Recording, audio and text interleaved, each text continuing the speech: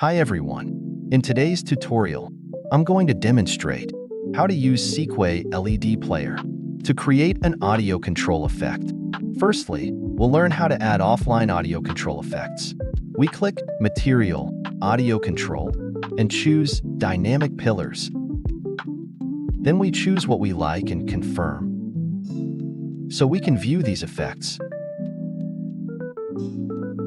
We can also add some dynamic graphic effect.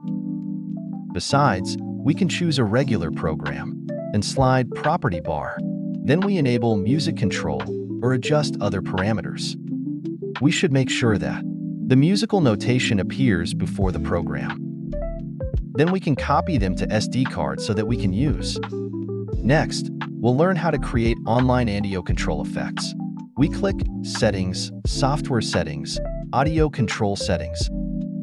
Select an audio input and save. Let's play some music to see this effect. Then we right-click the window and choose Add Music Animation. We should add a color strip.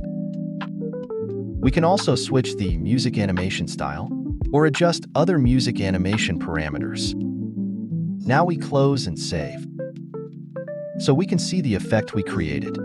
We can pause the music and see the music column stop moving.